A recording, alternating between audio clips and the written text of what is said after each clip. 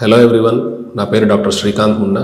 I'm consultant urologist and andrologist from V9 hospitals. ఇవాళ మనం మాట్లాడుకునే టాపిక్ యూరిన్లో బ్లడ్ రావటం, హెమచ్యూరియా అంటాం టెక్నికల్గా దీన్ని. మూత్రంలో రక్తం పడటం. సో ఇది గమనించగానే చాలామంది భయపడటము, కొంతమంది పట్టించుకోకుండా నెగ్లెక్ట్ చేయటం రెండు రకాలుగా జరుగుతూ ఉంటుంది. సో మనకి వ్యాధి ఏమీ లేకుండా భయపడటం ఎంత ఇబ్బందో, వ్యాధి ఉండి కూడా దాన్ని పట్టించుకోకపోవటం అంత భయానకం. సో వీటికి గల కారణాలు ఇవాళ మనం మాట్లాడుకుందాము. క్లుప్తంగా వాటికి ఉన్న ట్రీట్మెంట్ ఆప్షన్స్ ఏమున్నాయి అనేవి మాట్లాడుకుందాం. సో యూరిన్లో బ్లడ్ రావటం అనేది సింపుల్ కారణాల వల్ల కూడా రావచ్చు. లైక్ మూత్రంలో ఇన్ఫెక్షన్, లేదా మూత్రనాళంలో ఎక్కడన్నా రాయి అడ్డం పడటం, ఇరుక్కోవటం, లేదా కిడ్నీలో ఇన్ఫెక్షన్. ఇవన్నీ మనకి ఇంటి దగ్గర మందులు తిన్నా, ఇంటి దగ్గర డాక్టర్ ఇచ్చే మందులు తిన్నా తగ్గచ్చు. 50%, ఏమి వాడకపోయినా ఒక 25% తగ్గిపోవచ్చు. కానీ మిగతా 25 to 50% వాళ్ళకి కాంప్లికేట్ అవ్వచ్చు.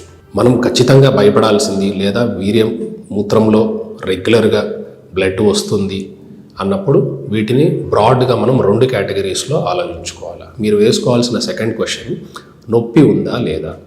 సో మూత్రం పోస్తున్నప్పుడు బ్లడ్ పడింది, దాంతోపాటు మూత్రనాళంలో మంట కానీ, పొత్తి కడుపులో నొప్పి కానీ ఉందా, డొక్కల్లో ఏమన్నా నొప్పి ఉన్నదా ఒకవైపుకి, లేదా అసలు నొప్పి ఏమీ లేదు, మూత్రం సాఫీగా వచ్చింది, సడన్గా బ్లడ్ కనిపించిందా. సో ఈ 2 బ్రాడ్ కేటగిరీస్. రెండిటికి గల కారణాలు చాలా డిఫరెంట్గా ఉంటాయి. రెండిటికి మనం చేయాల్సిన ట్రీట్మెంట్ చాలా డిఫరెంట్గా ఉంటుంది. అండ్ రెండిటికి జరిగే పరిణామాలు చాలా డిఫరెంట్గా ఉంటాయి.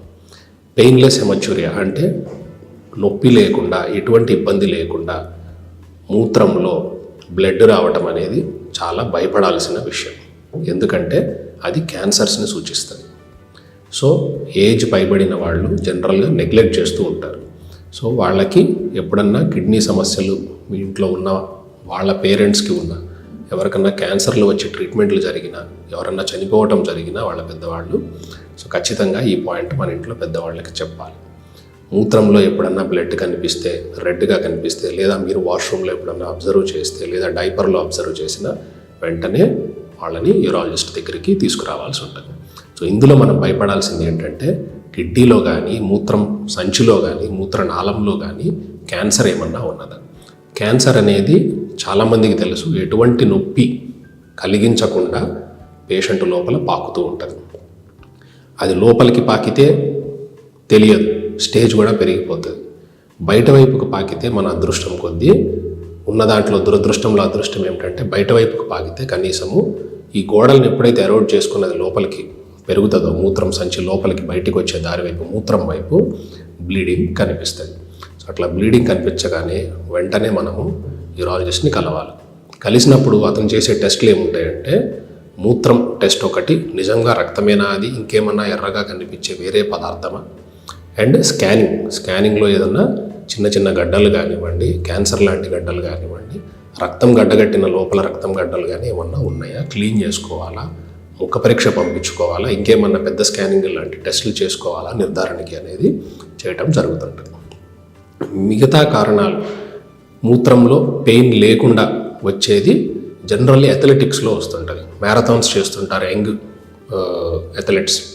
సో జనరల్లీ వాళ్ళ స్థాయికి మించిన హెవీ యాక్టివిటీ సడన్గా చేసినప్పుడు కిడ్నీస్ నుంచి ఫిల్టర్ అయ్యే యూరిన్లో బ్లడ్ లాగా ఫిల్టర్ అయిపోవటము, ఆ నెక్స్ట్ డే యూరిన్లో బ్లడ్ రావటము, అది కూడా పెయిన్లెస్గానే ఉంటుంది.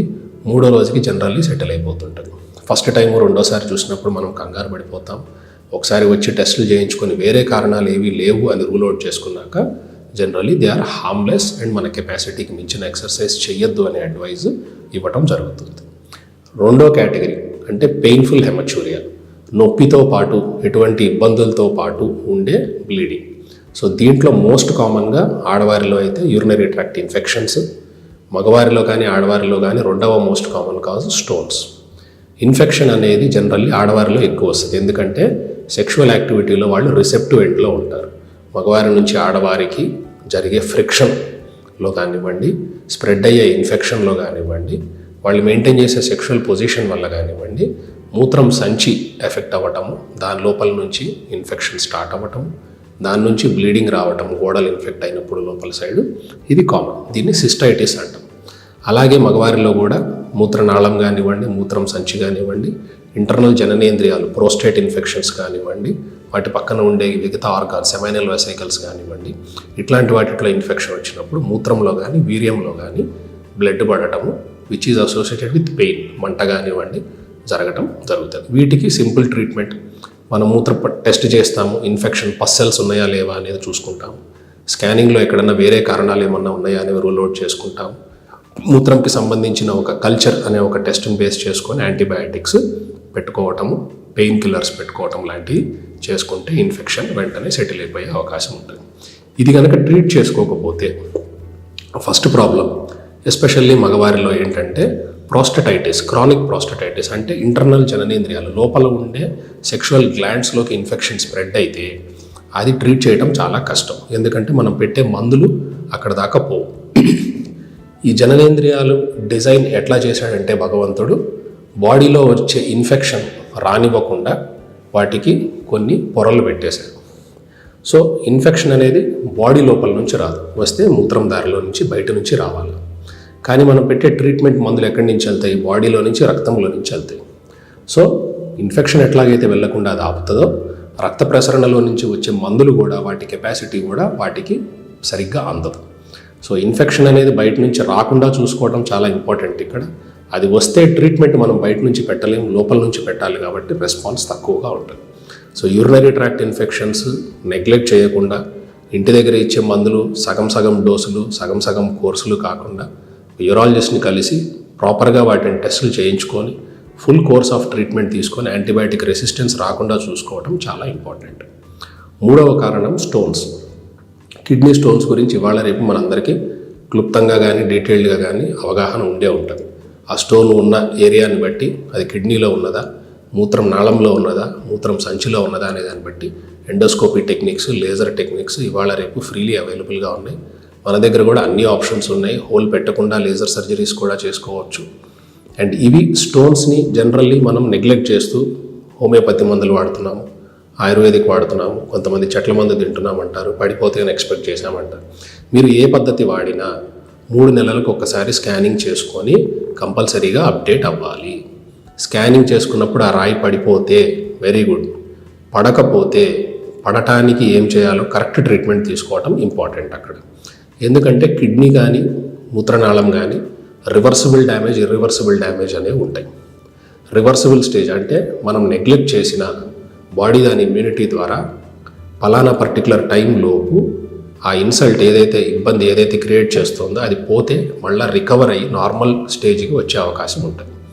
ఈ రివర్సిబుల్ ఫేజ్లో మన అదృష్టం బాగోక ఆ రాయి పడకపోయినా, ఆ ఇన్ఫెక్షన్ తగ్గకపోయినా, ఆ ఇర్రివర్సిబుల్ ఫేజ్లోకి వెళ్ళిపోయినప్పుడు ఆ తర్వాత మనం ఎన్ని ట్రీట్మెంట్లు చేసినా ఎంతో కొంత డ్యామేజ్ దీర్ఘకాలికంలో ఉండిపోయే అవకాశము.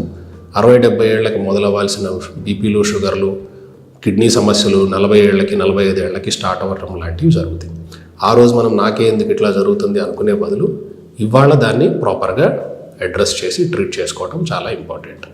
సో మేజర్గా మూత్రంలో బ్లడ్ పడటానికి ఈ 3-4 కారణాలని మనం సెగ్రిగేట్ చేసుకొని ప్రాపర్గా అసెస్ చేసుకొని ట్రీట్ చేసుకోవడం చాలా ఇంపార్టెంట్. సో ఈ ఇబ్బంది ఎప్పుడన్నా వచ్చినప్పుడు ఇంటి దగ్గర ఒక ట్యాబ్లెట్ వేసుకొని తగ్గిపోయింది అనుకొని మర్చిపోయి మళ్ళీ 2 నెలలకు ఒకసారి వస్తుంది, మళ్ళీ వేసుకున్నా మర్చిపోయింది అనుకునే బదులు ఫస్ట్ టైం వచ్చినప్పుడే అలర్ట్ అయ్యి యూరాలజిస్ట్ని కలిసి వారి సలహా, వారి ట్రీట్మెంట్ తీసుకోవడం చాలా important. Stay healthy. Thank you.